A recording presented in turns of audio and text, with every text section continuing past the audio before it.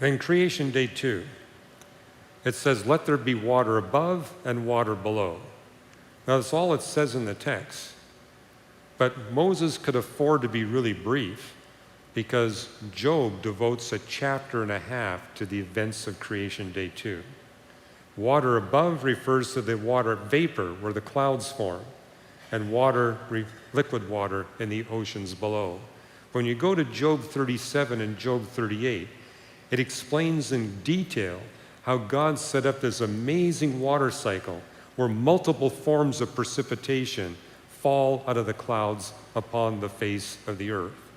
And these are just 6 of the different kinds of precipitation that are mentioned in the book of Job.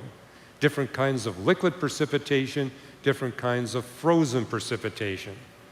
But I remember teaching on this in our church, making the point you can find 16 different kinds of precipitation in the book of Job, and we need every one of those to sustain civilization over the face of the globe. And that takes an amazingly designed water cycle to make that. Just to have a water cycle requires a miracle. But to have one that gives all these forms of precipitation so that humans can live over the whole surface of the earth, utterly outstanding. Creation day 2. Now, I don't have time to actually explain to you the miracle of creation day 1 and creation day 2, but we do that in this television documentary, Journey Toward Creation. And it's basically where I take you on a travel journey from the surface of the earth to the very edge of the universe. And in astronomy, the farther away you go, the farther back in time, because it takes time for light to reach us. And so we now have the telescope power that we can image the cosmic creation event. We can actually watch in real time God bringing this universe into existence. Now, whenever I said that, people say, you gotta be exaggerating. We can't get that close to the cosmic beginning. Here's how close we can get. I can show you an image that shows you what the universe was like when it was 1/100 billionth of a trillionth of a trillionth of a second old. That's so close we can get to the cosmic creation event. And it's our ability to image the cosmic creation event which gives us the most compelling scientific proof that a God beyond space and time must have created the universe. And what I explain in why the universe is the way it is, we humans are living at the only time in cosmic history where we get to see 100% of the history of the universe. We're also living at the only place in this vast universe of 50 billion trillion stars where we get to see the whole story.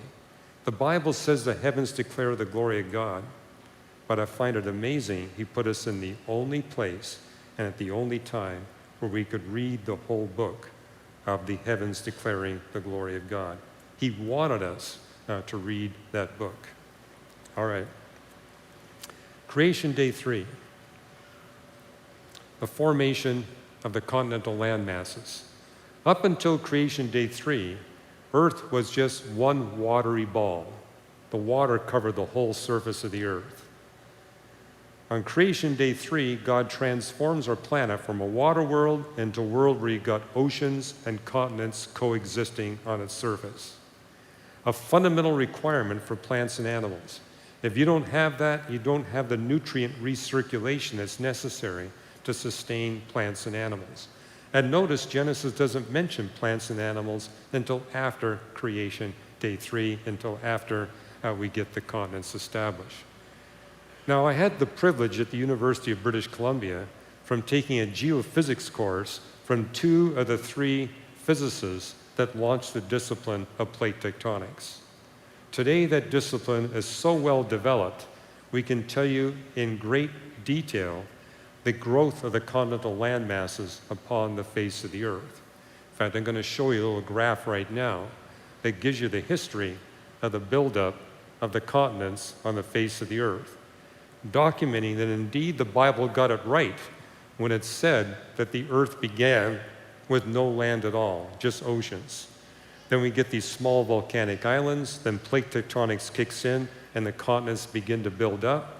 But what I want you to notice on that graph is that time period where you see the most aggressive growth of continental land masses. It happens when the earth is a little bit less than half of its current age. Where does Genesis put it?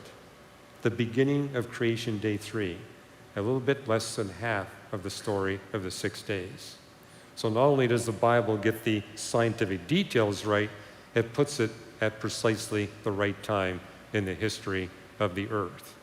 And once the continents are in place, the text tells us, let the land produce plants.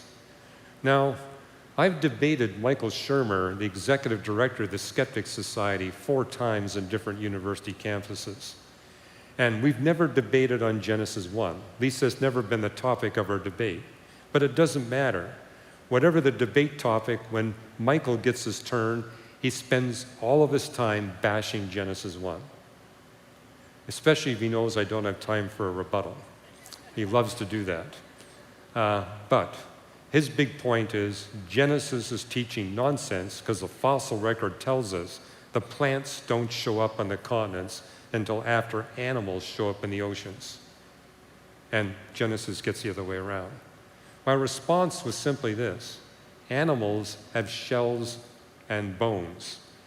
Their fossil remains are going to last a lot longer than the remains of plants. Plants will decay. And so it's not surprising to me we don't have the fossils of the early plants on the continental land masses. But all that has changed because now we have published research papers first documenting isotope evidence that plants were abundant on the continents long before the animals show up. And now we even have fossil evidence. Not complete fossils. The biggest fossil we have is 1 millimeter across. But we got the parts, the fossil parts, showing us that plants were just as abundant on the continents for 600 million years before the appearance of animals that we see in the oceans. So Genesis has now been fully vindicated. As we move into creation day 4, it says, let there be the great lights. This is when the sun, moon, and stars first become visible to creatures on the surface of the earth.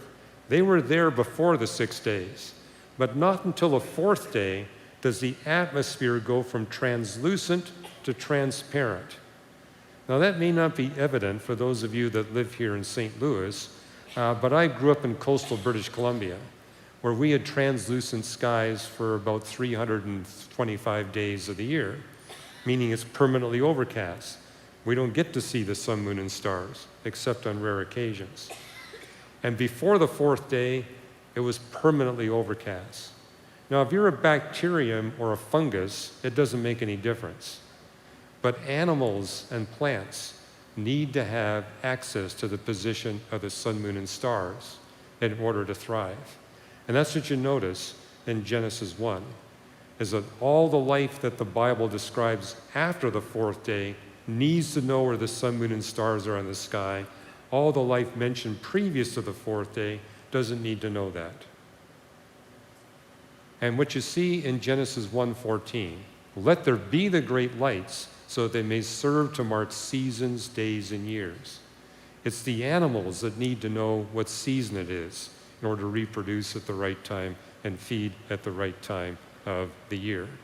And today we know exactly what it was that was responsible for that transformation. It was the second great oxygenation event. And so this shows you the oxygen content in the Earth's atmosphere. For most of Earth's history, it was 1% or less. And only about 500 million years ago did it jump from 1% up to 8%. And that jump from 1% to 8% meant you could now have animals.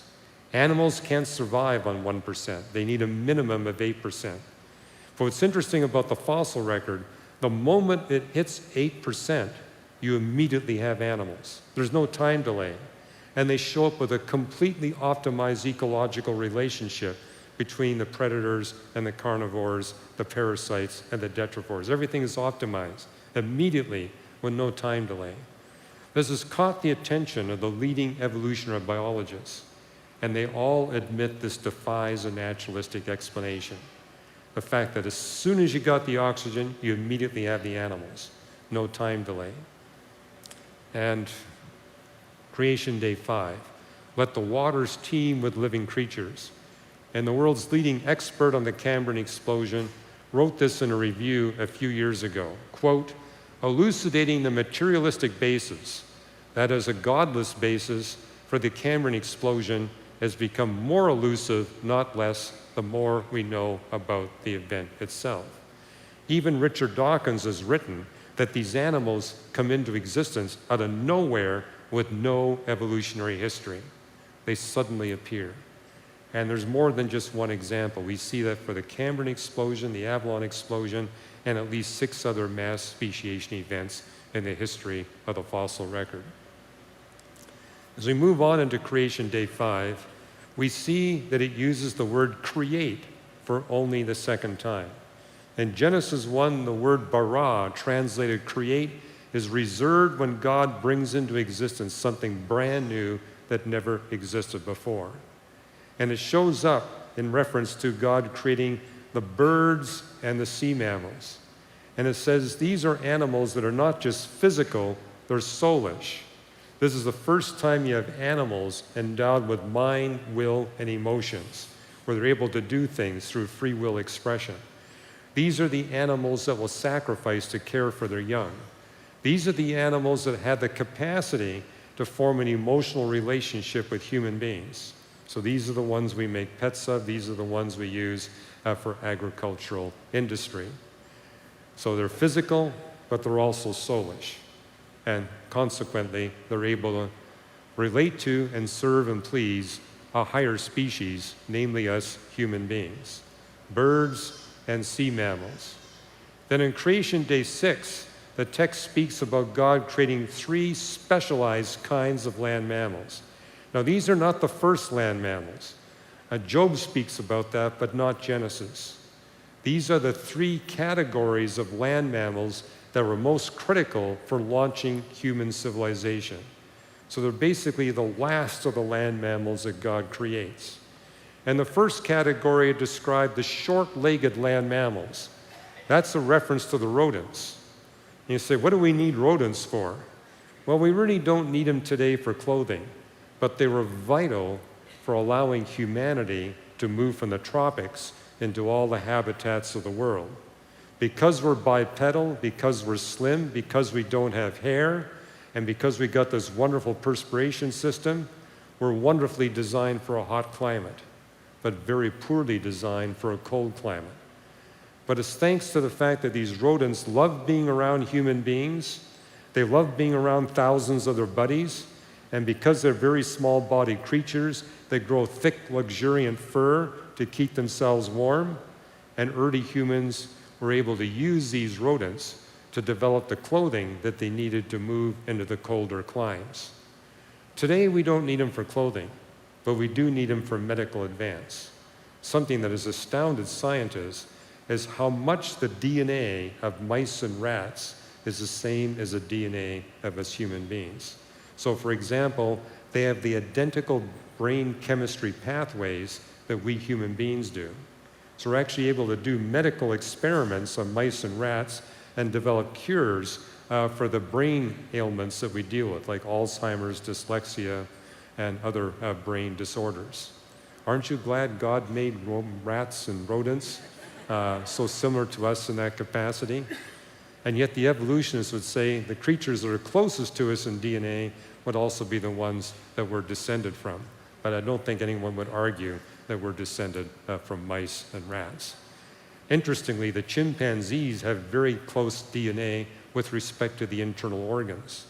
And because of that, we can use their organs and put them into human beings.